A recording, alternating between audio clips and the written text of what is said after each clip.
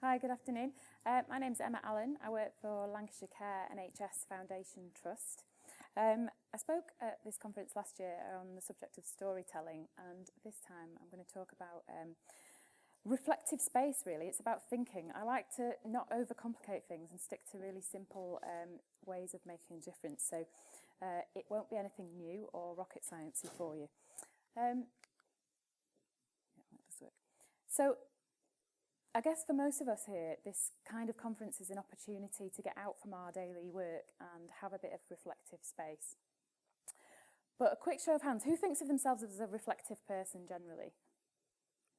Okay, so there's a few in the room, and I guess that's because the nature of the topic brings people who are genuinely interested in reflection.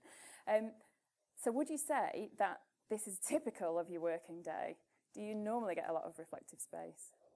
So tomorrow you're going to go back into the thick of it and not have time to think about all the stuff you've been thinking about today. I think that's really normal, and I think for people who like reflecting and find that valuable, that becomes problematic because we don't have the time to reflect. So I think it's really important. Anybody do it every day? Schedule it into their working life? No. Okay, so that's something for us to be thinking about. I think a lot of reflection's done by accident, in the car on the way home or on the train, or not actually deliberately. So there's a definition. This is what it is. It's about a process for learning more about the experiences that you've had, personal experiences, something that's happened. So it could be an event or a conversation, it could just be thoughts or feelings. And it's about getting a new understanding through that process of the experience that you've had. It's not about blame or judgment. It's not about an opportunity for criticism or self-flagellation. It's about taking notice, and it's about learning something new. So this is what the CIPD says about it. It says it teaches you about yourself. It helps you to manage your emotions and become a better leader. It talks about improving decision making, about getting a greater understanding of risk and a wider impact of your actions. It makes you and others around you more creative and innovative, and it helps you stay well. It helps you be more compassionate to yourself and to other people, and it makes people more likely to trust you. So, although we've already discovered it's a bit of a nice to do and not many of us build it into our everyday, it's really critical that to leadership success and to business success. So we need to stop thinking about it as a nice to do and start thinking about it as something that's really important, because I don't think it's possible to have really successful businesses or really strong leadership without the things that are on that slide. So I'm going to tell you about one way that we do it in the NHS and in our organisation, and that's through something called Schwartz Rounds. And there's a gentleman called Ken Schwartz. He had terminal cancer, and he spent a lot of time in hospitals witnessing healthcare professionals. And he decided that they didn't have a very good way of dealing with their everyday emotional impact of their work. So he came up with the suggestion of this concept as a solution to that problem. So they exist in the US and in the UK. It's a licensed and copyrighted model. So if you want to know more about how you could adapt it for your own organisations, it's the Point of Care Foundation that you need to speak to. And it starts off with, so the way they work, you have an hour and a half. The first half hour is about food. So there's always a lunch or a breakfast sometimes, or afternoon tea maybe, and that's for half an hour. And nothing else happens. People get in a room, they have something to eat together. And then for the next hour, you have a panel of a few people, 3 or 4 people, and alongside some trained facilitators who are usually clinical leads, psychologists. Each member of the panel will speak for 5 minutes and tell their story in relation to a particular theme. And that theme's chosen in advance. They have the opportunity to prepare, and they're supported by those facilitators to do that. But whilst they speak, nothing else happens. They tell their story. And they do that one at a time in a row. And they focus on the emotional and the human aspects of work. So some of the themes that we've had have been a time something unexpected happened, or conflict with a colleague, or when someone made an assumption about me. So each person will tell their story. They could be completely different. They usually are. And it offers their unique perspective. And after they've told their story, the facilitators will make some connections, draw out some themes, and it's opened up to the floor for people to make their own reflections. So it's not about creating a solution to anything that they've heard, it's about saying, this is how I feel about what I've just heard, this is what it means to me. So some of the outcomes that we get from this dead simple process, it makes people feel more connected to one another. Really common reaction is, I thought I was the only one who thought like that, or I didn't realise this was happening to other people around me. It helps people connect themselves to the purpose of healthcare and helping for other people. And it helps people understand the human cost of doing healthcare work, because we're often driven by governance, we're often driven by targets, by commissioning, and there's a lot of reporting and data. But actually, a lot of what we do in the NHS is around dealing with people, and it can be really emotionally draining for people. So it brings us back to that, which is why most people get into the NHS in the first place, if we're honest. And also, people in the NHS like to fix things. Doctors and nurses like to make people better. That's something that's very difficult to deal with in the occasions when you can't do that. So this is a way of people coming together to come to terms with some of that.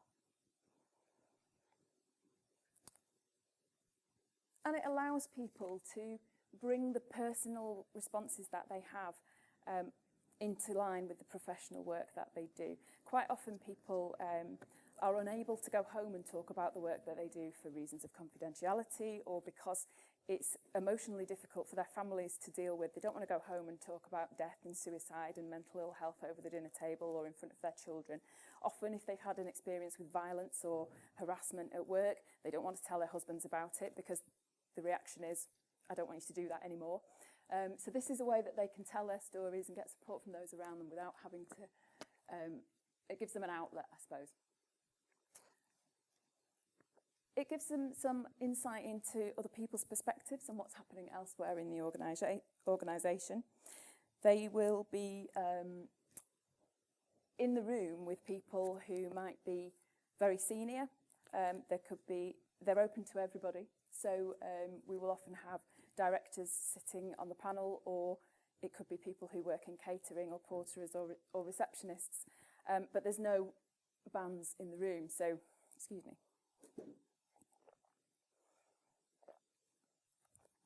So it levels the playing field and people can learn from each other on an equal footing.